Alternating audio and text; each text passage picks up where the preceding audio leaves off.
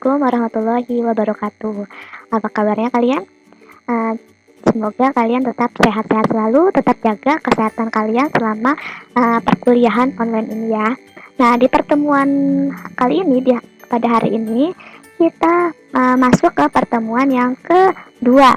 Setelah seminggu lalu, kita membahas tentang kontrak praktikum. Nah, di pertemuan yang kedua ini, kita masuk ke dalam modul 1 yang akan membahas tentang multimedia presentasi. Tujuan dari praktikum modul 1 ini diharapkan nantinya setelah praktikum, praktikan mampu memahami cara penggunaan software multimedia presentasi. Ada banyak sekali software multimedia presentasi yang mungkin saja kalian sudah familiar dan pernah menggunakannya. Contohnya seperti yang biasa kalian gunakan itu PowerPoint ya, PowerPoint, terus ada juga Google Slide, terus ada Canva dan Prezi. Namun di modul 1 ini kita hanya fokus pada software multimedia presentasi yaitu Prezi saja. Nah, sisanya untuk software-software yang lain itu kalian bisa pelajari secara mandiri ya. Nah, oke, kita masuk ke materi ya. Apa sih multimedia presentasi itu? Ada yang tahu? Ya, betul.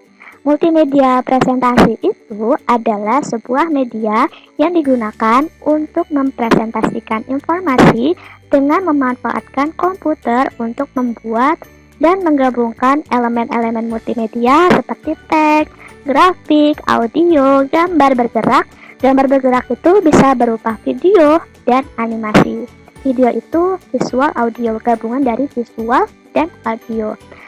Juga menggunakan bisa menggabungkan link dengan tool yang biasa mungkin kalian sudah pernah menggunakannya pada PowerPoint ya, yaitu memanfaatkan fitur hyperlink yang memungkinkan pemakai untuk melakukan navigasi, berinteraksi, berkreasi, dan berkomunikasi kepada audiens. Nah, multimedia presentasi itu biasanya para guru menggunakannya sebagai media pembelajaran yang digunakan untuk menjelaskan materi-materi yang sifatnya teoritis dan digunakan dalam pembelajaran klasikal dengan grup belajar yang cukup banyak yang biasanya itu di atas 50 orang. Namun tidak hanya di atas 50 orang, jika jumlah pesertanya itu di atas 30 orang saja, itu juga sudah sangat efisien dan efektif jika menggunakan multimedia presentasi ini gitu. Nah, itu adalah fungsi dari multimedia presentasi. Namun, apa saja sih multimedia presentasi dalam media pembelajaran? Kita lihat di sini ada beberapa fungsi multimedia dalam pembelajaran, yaitu pertama, untuk membantu siswa dalam memahami konsep yang abstrak dan mikroskopis. Maksudnya apa sih abstrak dan mikroskopis? Maksudnya ketika guru menjelaskan suatu materi dan media pembelajarannya tersebut tidak dapat langsung ditampilkan kepada murid, tentunya kita memerlukan multimedia presentasi ini untuk menampilkan si objek tersebut yang sebagai media pembelajaran itu. Misalnya guru ingin menjelaskan materi tentang ciri-ciri dari makhluk hidup, yaitu ayam. Ayam itu memiliki kakinya 2 dan memiliki sayap. Nah, tapi yang ditangkap oleh siswa ternyata bukan ayam, karena yang dia lihat sebelumnya itu, yang sudah dia lihat di lingkungan nyata, yang memiliki kakinya 2 dan memiliki sayap tidak hanya ayam saja tetapi juga bebek.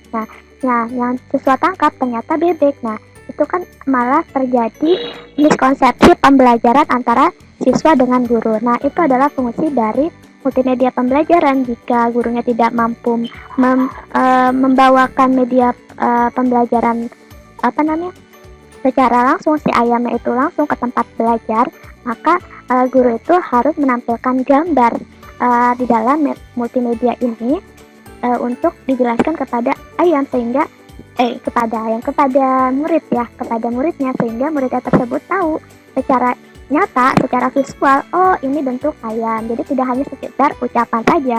Itu masuk dari abstrak dan mikroskopis.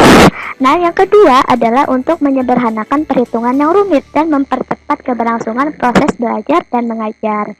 Tuh. Yang ketiga adalah untuk menyajikan informasi atau keterampilan secara utuh dan lengkap, serta merancang lingkup informasi dan keterampilan secara sistematis sesuai dengan tingkat kemampuan dan alokasi waktu. Nah, yang keempat itu untuk membantu siswa dalam mengaktifkan fungsi fisiologisnya. Jika pembelajaran hanya sekedar ucapan-ucapan saja dengan metode ceramah, mungkin siswanya akan menjadi lelah, ngantuk gitu ya, monoton strategi pembelajarannya. Maka guru bisa menerapkan multimedia presentasi ini sebagai media pembelajarannya agar pembelajaran lebih interaktif dan membangkitkan antusias siswa dalam proses belajar mengajar tersebut gitu. Nah, di sini adalah untuk memusatkan perhatian. Nah, itu yang saya maksud, dan memperhatikan perhatian serta memelihara keseimbangan mental. Siswa tidak merasa bosan, boring dalam pembelajarannya, itu tidak monoton, serta mendorong siswa untuk belajar secara mandiri. Nah, itu adalah fungsi-fungsi dari multimedia dalam pembelajaran. Nah, apa saja sih ciri-cirinya multimedia itu? Seperti yang saya jelaskan di awal, ada 5 elemen dalam multimedia, yaitu ada teks, grafik, audio, video, dan animasi. Teks itu merupakan elemen asas bagi menyampaikan informasi, untuk memberikan penekanan bagi sesuatu isi kandungan yang ingin disampaikan. Dan teks ini mempunyai beragam jenis yang kita sebut dengan font, dan bentuk tulisannya, gitu, ukuran hurufnya, size fontnya itu ya. Dengan tujuan untuk memberi daya tarik dalam penyampaian informasi. Dan untuk menambahkan teks dalam multimedia ini ada aturannya, yaitu bisa jangan terlalu besar atau terlalu kecil, sesuaikan dengan kebutuhan materi yang ingin disampaikan gitu. Dan yang kedua itu kita masukkan juga ada yang namanya grafik. Grafik itu merupakan elemen yang sangat penting dalam multimedia presentasi. Gunanya untuk memberi penekanan visual terhadap penyampaian informasi. Terus untuk membantu menyampaikan informasi dengan lebih berkesan dan menjadikan persembahan atau informasi tersebut lebih menarik gitu. Jika media pembelajaran lain tidak mampu ditampilkan oleh guru. Jadi lebih menarik. Terus yang ketiga adalah adanya audio. Elemen yang kelima itu audio, untuk membantu menyampaikan informasi yang lebih berkesan melalui penggunaan suara, latar, atau kesan audio istimewa. Dan yang keempat itu ada video. Video sebagai penyalur informasi yang amat menarik dan hidup, merupakan elemen atau media yang paling dinamik serta efektif dalam menyampaikan informasi. Yang kelima itu ada animasi, berperan menceriakan, mempersembahkan suatu informasi, membantu menerapkan suatu konsep yang kompleks dengan lebih mudah dan berupaya menarik perhatian pengguna kepada suatu penyampaian informasi. Jadi video dan animasi ini kita masukkan jika diperlukan untuk tidak hanya gambar-gambar yang statis saja, tidak bergerak, tapi kita juga bisa menambahkan gambar-gambar yang bergerak berupa audio dan animasi ini agar pembelajaran atau presentasi kita lebih interaktif lagi gitu kan, lebih menarik perhatian audiens. Nah, itu adalah ciri-ciri dari multimedia. Selanjutnya kita masuk ke software multimedia edukasinya. Seperti yang saya jelaskan di awal, itu software multimedia multimedia presentasi itu ada banyak. Salah satunya itu kan ada Google Slide, terus PowerPoint, terus Canva, terus yang terakhir ada Prezi juga kan, ada Prezi. Nah, yang kita bahas ini cuma Prezi saja.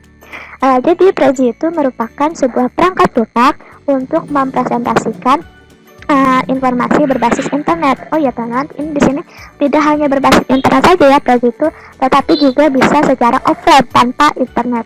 Gitu. Kalau tanpa internet kita bisa gunakan aplikasi software Prezi-nya. Tapi kalau kita menggunakan internet itu kita bisa menggunakan Prezi berbasis web. Ada Prezi berbasis web. Kalian bisa klik di Google kalian prezi.com. Maka itu adalah Prezi berbasis web secara internet, bisa diakses secara internet. Tuh. Kalau di aplikasinya ini adalah bisa dijalankan secara internet maupun offline, online maupun offline gitu ya. Itu ada dua cara menggunakan Prezi bisa menggunakan internet maupun tidak menggunakan internet.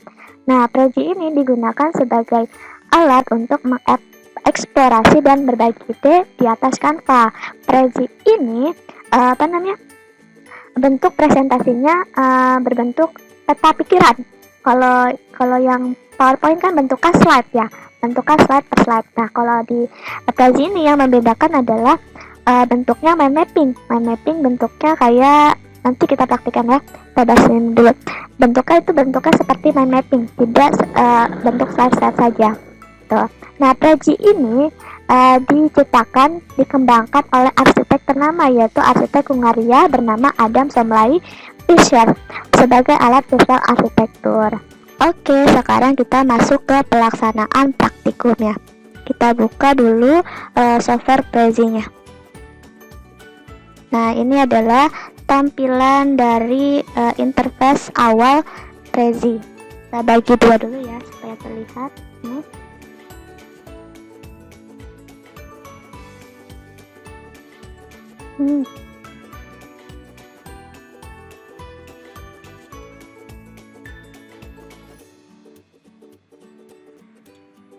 Segini ya, biar kelihatan modulnya sama Prezi-nya. Oke. Nah, teman-teman, di sini sudah terlihat tampilan interface dari Prezi-nya. Nah, di sini ada New Local Prezi. New Local Prezi ini digunakan untuk membuat file presentasi yang baru secara lokal. Secara lokal nanti akan tersimpannya di file Local Prezi ini. Nah, untuk yang ini juga sama fungsinya, ini sama ini tuh sama.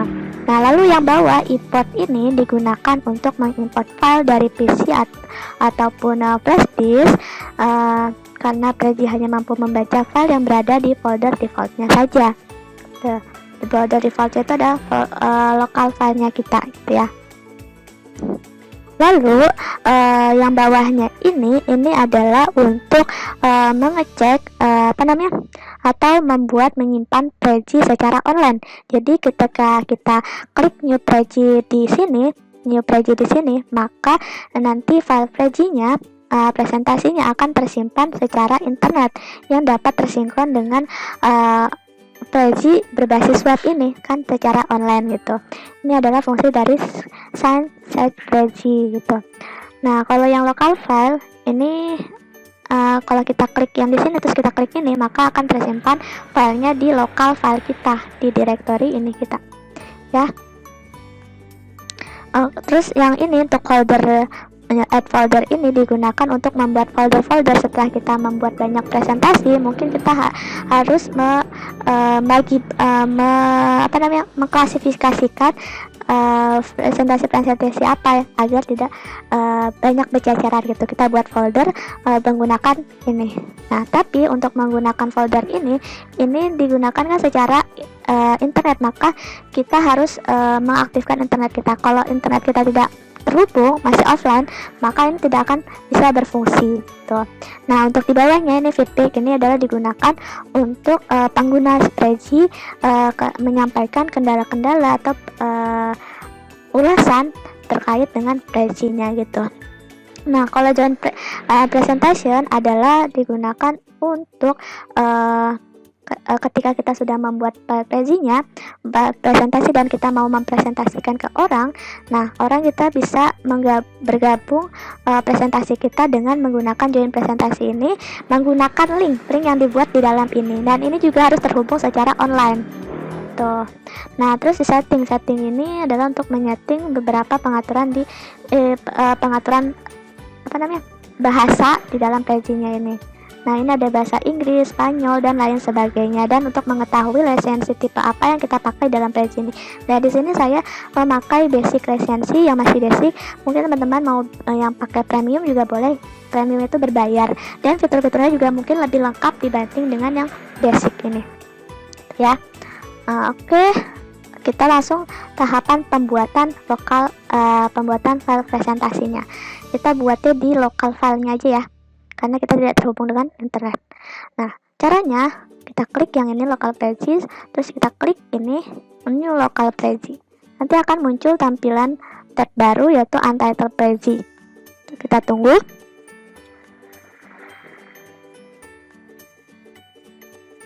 Nah, di dalam Prezi ini menyediakan kanvas yang kosong maupun yang template gitu, udah disediakan. Kalau teman-teman maunya pakai template, kalian tinggal pilih salah satu dari ini, terus kalian pilih, terus kalian klik use template. Tapi kalau mau slide blank, masih kosong sama sekali tidak ada apa-apanya, kalian bisa klik blank Prezi. Nih, kita lihat di sini. Kita coba dulu yang blank Prezi, ya bentuknya kayak gini, masih kosong sama sekali, tidak ada template-nya. Tapi kalau kita menggunakan yang template ya,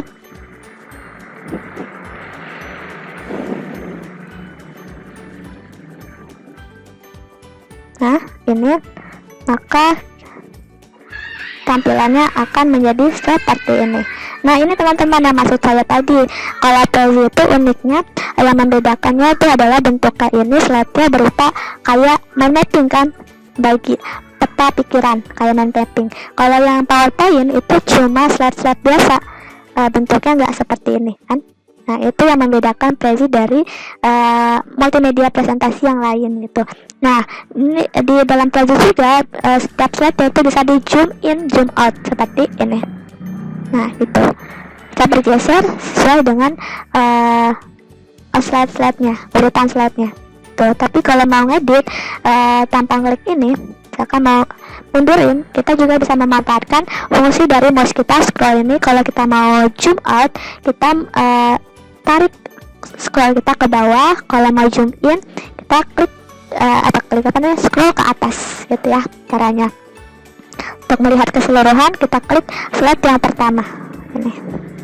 Nah, contohnya kita buat ya di sini. Kita ini dulu gedein. Nah, misalnya di sini untuk mengedit teksnya, kalian klik to add title, terus kalian klik masukkan tulisan yang ingin kalian masukkan. Misalnya multimedia presentasi. Nah, ini ada teks biasa, warnanya masih putih. Kalau kita mau merubah warnanya, kita bisa pakai ini. Kita klik yang ini, lalu kita taruh warnanya. Misalkan warna pink ya, pink presentasi ininya, teksnya. Dan untuk menggedekan huruf, membesarkan huruf, ini pakainya klik yang A ini, yang A. Dan untuk mengecilkan yang ini, untuk menjadikan miring hurufnya, kita pakainya yang ini.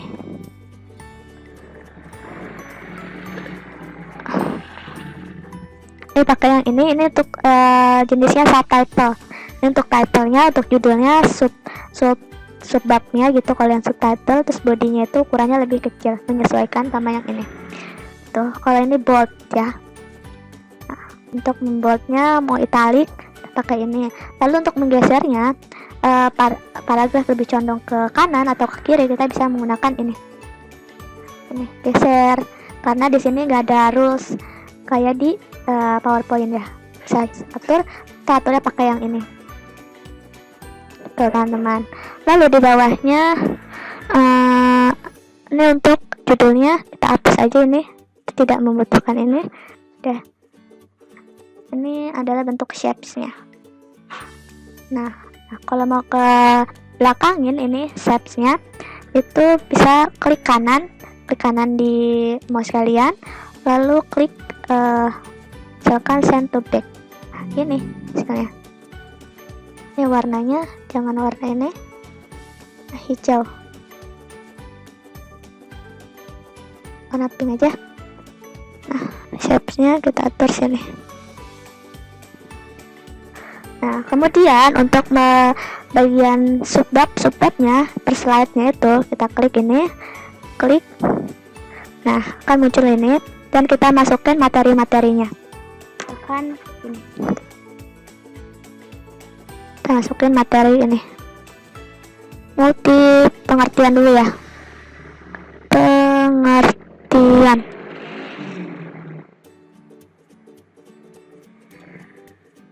Kita masukin materinya. Kita perbesar pakai ini. Tombol ini, tarik ke samping. Terus kita geser. Kita geser nih teks. Kalau kita mau jadinya rata tengah, kita pakainya ini rata tengah. Kita blok dulu, ini kan kalau satu itu cuma satu aja, kita blok dulu, terus kita ini jadinya gini rata tengah ya. Terus kita slide berikutnya, misalnya fungsi.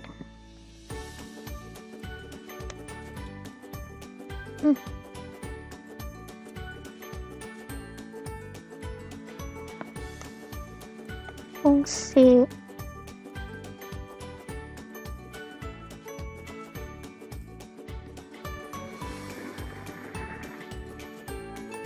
di sini.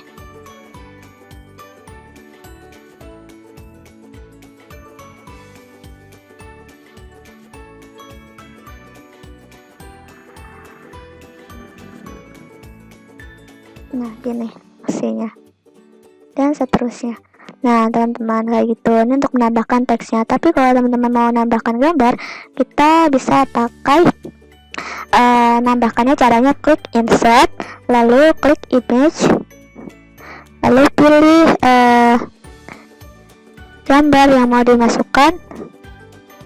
Misalnya ini ya, ini open. Nah, ini akan masuk seperti ini. Lalu kita atur taruh posisi yang diinginkan. Misalnya di sini. Ini kita perbesar dulu seperti ini. Terus ini kita klik. Terus kita ganti ke kati apakah.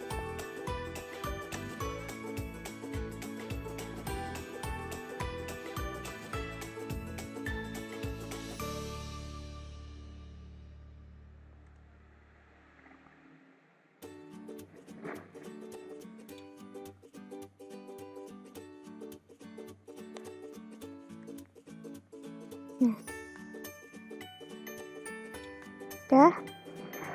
Nah, seperti itu. Untuk menambahkan video, musik, audio, itu kita bisa pakai di insert lagi, terus kita pilih from file, lalu kita masukkan video ataupun musik maupun audio juga. Animasi juga bisa kalau sudah ada. Nah, di sini saya contohkan untuk menambahkan video. Video kita masukkan di sini. Ini proses.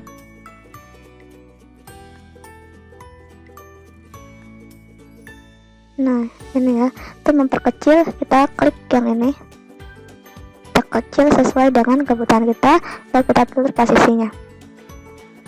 Kita misalkan di sini, kita hapus.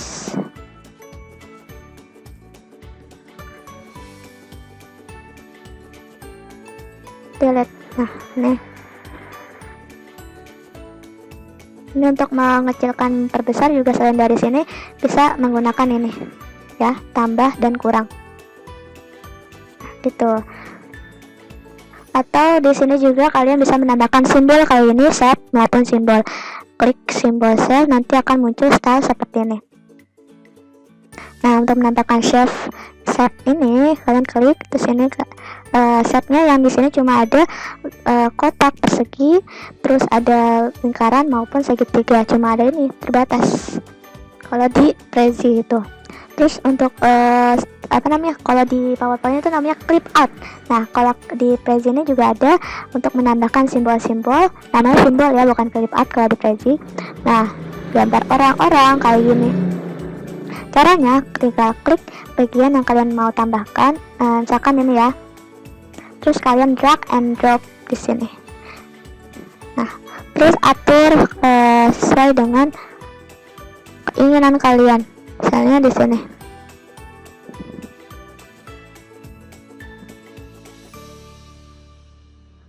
Ini dihapus. Klik kanan untuk menghapusnya. Delete. Ini juga. Nah, di sini.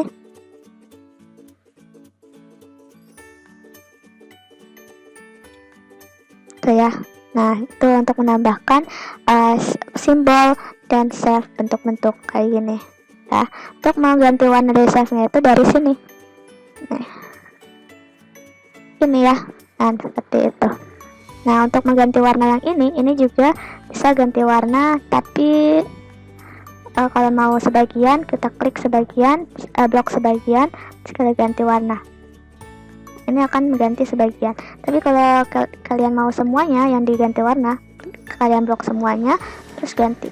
Misalkan warnanya warna kuning ya. Kuning. Ini juga warna kuning.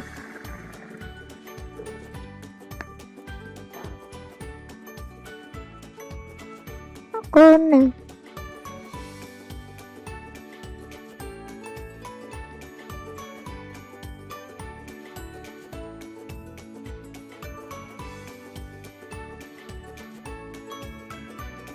Ininya warna merah.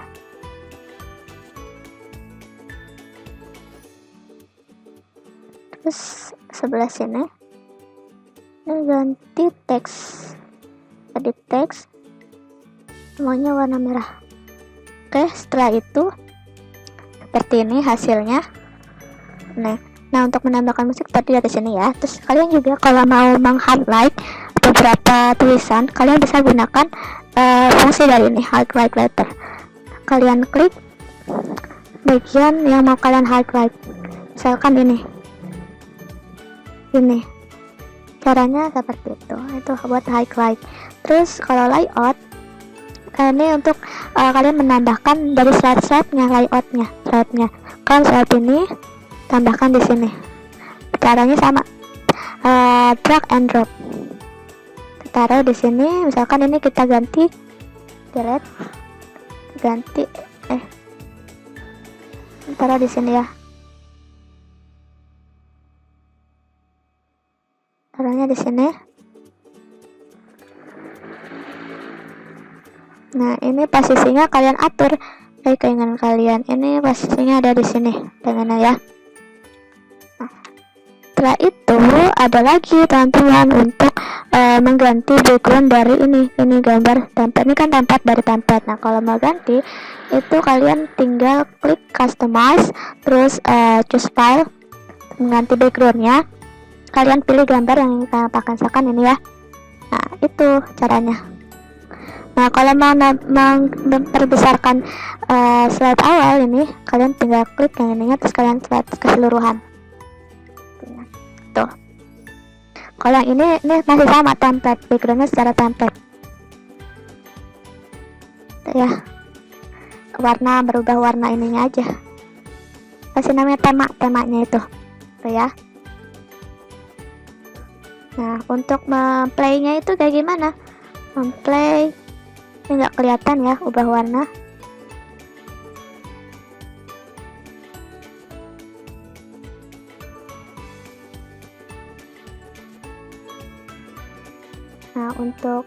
Nah, itu fungsi-fungsinya. Kalian bisa explore lagi fungsi-fungsi dari yang ada di Prezi.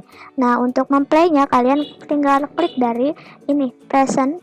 Nah, akan muncul tampilan seperti ini. Tampilannya. Nah, untuk memulainya kalian klik yang ini. Ini kayak kalau di PPT back and next ya. Tuh. Kita mulai di sini. Nah, ini gini, terus ini. Nah, untuk memulai yang video kalian klik yang ini. Klik play-nya. Halo semua, assalamualaikum warahmatullahi wabarakatuh. Gitu. Terus kalian ke atas sampai ke presentasi berikutnya. Nah, gitu cara pembuatan presentasi di Prezi. Untuk keluarnya kalian klik go back to edit mode, ke mode edit. Tuh. Nah, untuk di Prezi ini bisa diekspor ke dalam bentuk PDF. Caranya kalian klik share, terus ekspor ke PDF. Nanti akan proses seperti ini. Jika sudah 9/9, maka proses eksplorasi telah selesai, dan nanti kalian tinggal klik save. Nah, save PDF. Nah, kalian taruh posisi yang mau kalian taruh. Misalkan saya taruhnya di picture, lalu masukkan judul sesuai keinginan kalian, misalkan multimedia. Terus kalian save. bentuknya PDF. Untuk melihat hasil PDF-nya, kalian bisa buka di picture ini. Terus kalian, ini kan hasilnya di sini multimedia. Kita buka aja.